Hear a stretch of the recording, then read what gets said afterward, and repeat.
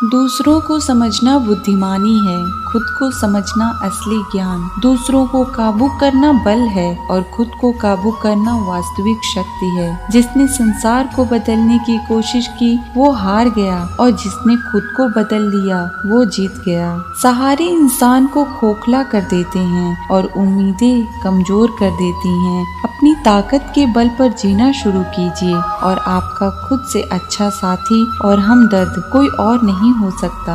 अच्छी बातें करने वाला हर इंसान अच्छा नहीं होता, लेकिन अच्छी नीयत और अच्छी सोच रखने वाला हर इंसान अच्छा होता है। आँख इंसान की हर चीज देखती है, मगर आँख के अंदर कुछ चला जाए तो उसे नहीं देख पाती है। ठीक उसी प्रकार मनुष्य दूसरे की बुराइयां तो देखता है, मगर अपने भीतर बैठी बुराइयां उसे दिखाई नहीं देती हैं। किसी का भी उदय अचानक नहीं होता। जीवन में आधे दुख इस वजह से आते हैं क्योंकि हमने उनसे आशाएं रखी जिनसे हमें नहीं रखनी चाहिए थी, और आधे दुख इस वजह से कि हमने उन लोगों पर संदेह किया जिन पर नहीं करना चाहिए था। धैर्य होना अत्यंत आवश्यक है। माली यदि किसी पेड़ को 100 घंटे से भी सींचते रहे तब भी फल तो मौसम आने पर ही लगेंगे। व्यक्तित्व में थोड़ी सी कठोरता भी आवश्यक है। कभी कभी आपके अत्यधिक सरल स्वभाव और मीठे शब्दों को आपकी निर्बलता अथवा आपका ढोंग भी समझा जाता है।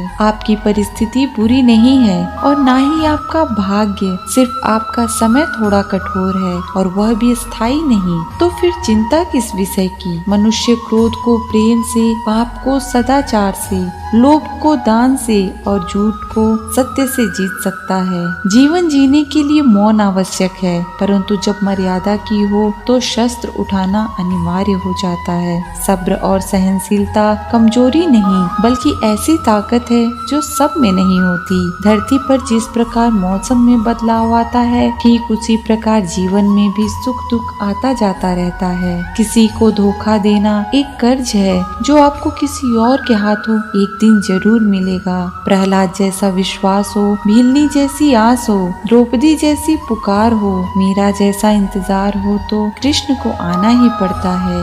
गलती हर इंसान से होती है, लेकिन गलती सुधारता वही इंसान है जो दिल का साफ होता है और रिश्तों को खोना नहीं चाहता। अपने बीते हुए कल को वो अधिकार कभी मत देना कि वो तुम्हारे आने वाले कल को नियंत्रित करना प्रारंभ कर दे। असत्य किसी भी संबंध का अंत करने में अहम भूमिका निभाता है, क्योंकि सत्य आज नहीं तो कल सामने आ ही जाता है। जब इंसान का स्वार्थ पूरा हो जाता है तब वह आपसे मिलना तो दूर, आपसे बात करना भी छोड़ देता है। किसी को कुछ कहने से पहले एक बार यह जरूर सोच लेना कि अगर वही शब्द कोई आपसे कहे तो आपको कैसा महसूस होगा। शब्द उतने ही बाहर निकालने चाहिए जिन्हें वापस लेना पड़े तो खुद को तकलीफ ना हो। कुछ भी अस्थायी नहीं है। अपने आप को बहुत अधिक तनाव ना दें, क्योंकि स्थिति चाहे कितनी भी खराब हो यह बदल जाएगी। अपने अनिवार्य कार्य करो, क्योंकि वास्तव में कार्य करना निष्क्रियता से बेहतर है। स्वार्थ को इतनी छूट देना ठीक नहीं है कि विवेक को ही खा जाए।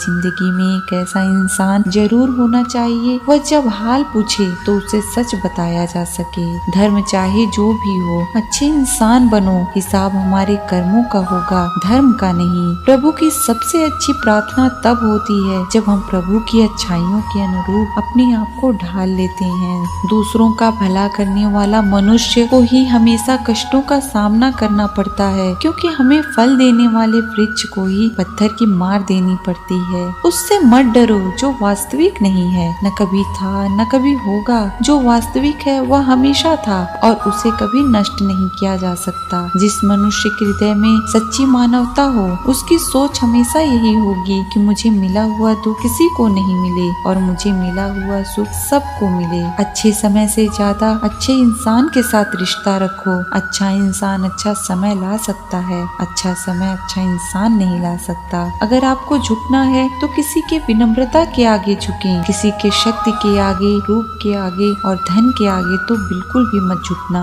आपकी कामयाबी के बाद लोगों को आप में वो खूबियाँ भी दिखती हैं जो आप में कभी थी ही नहीं। कोई कितना भी सुंदर, बुद्धिमान, शक्तिशाली या गतिशील क्यों न हो, हम उस व्यक्ति की ओर तभी आकर्षित होंगे जब वो व्यक्ति सच्चा और वास्तविक हो। दीपक बोलता नहीं, उसका प्रकाश बस उसका परिचय देता है। ठीक उसी प्रकार आप अपने बारे में कुछ न बोलें, अच्छे कर्म करते रहें, वही आपका परिचय देंगे। जिंदगी में जो कुछ भी होता है अच्छे के लिए होता है। बुरा वक्त इसलिए आता है ताकि हम अच्छे वक्त की कीमत जान सके, और लोग इसलिए बदल जाते हैं ताकि हम उनके असली चेहरे पहचान सके। निरंतर जो व्यक्ति दूसरे की निंदा कर खुश होता है, वह ऐसा कर अपने जीवन के पुण्य को खत्म करता है, लेकिन वह एक दिन खुद लोगों की दृष्टि में निंदा का पात्र बन जाता है, क्योंकि निंदा करने से मनुष्य अपने जीवन का सिर्फ पुण्य ही नहीं बल्कि पुण्य से प्राप्त हुए सुख, यश, कीर्ति सभी का सर्वनाश कर बैठता है।